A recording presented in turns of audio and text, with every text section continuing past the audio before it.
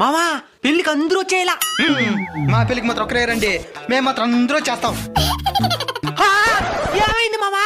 వాడు చంగాయి కూర్చుని నన్ను చేసుకుంటుండేదా? వాళ్ళు మా అపోజిషన్ పార్టీ, వాళ్ళు వస్తే నేను రాను. అల్లుడు వాళ్ళ ఇంట్లోకి నువ్వు ఎందుకు పోయిన వాళ్ళుడు? పెళ్లికి పిలిచేదానికి వచ్చినా ఆ పార్టీ ఓడింది, మన పెళ్లికి వచ్చేదే. నువ్వు పిలిచినంత మాత్రం నీకు దేవుడు ఎగేసుకుంటాలేదులే. యాబండి. ఇప్పుడు నీకు నచ్చిన పార్టీ విన్న ఈ ప్రభుత్వాన్ని ఏర్పాటు చేసి ఏదో ఒక పథకం కింద ఇంటింటికి డబ్బులు పంపిస్తుంది.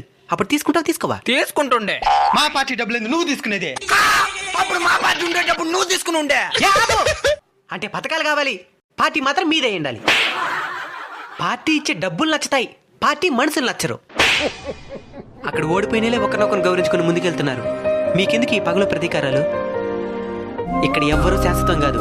5 ఏళ్లకు ఒకసారి ఎలక్షన్స్ వస్తూనే ఉంటాయి. గెలిచిన వారిని అభినందించి రాష్ట్రాన్ని అభివృద్ధి పదంలో నడిపిస్తారని ఆశిద్దాం.